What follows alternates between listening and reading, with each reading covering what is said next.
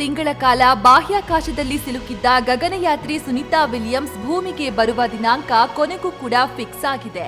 Sunita Williams ಜೊತೆಗೆ ಗಗನಯಾತ್ರಿಗಳಾದ Butch Wilmore, Nick ಹೇಗ್ ಮತ್ತು ರಷ್ಯಾದ ಗಗನಯಾತ್ರಿ ಅಲೆಕ್ಸಾಂಡರ್ ಗೋರ್ಬುನೋವ್ ಕೂಡ ಭೂಮಿಗೆ ಮರಳಲಿದ್ದಾರೆ.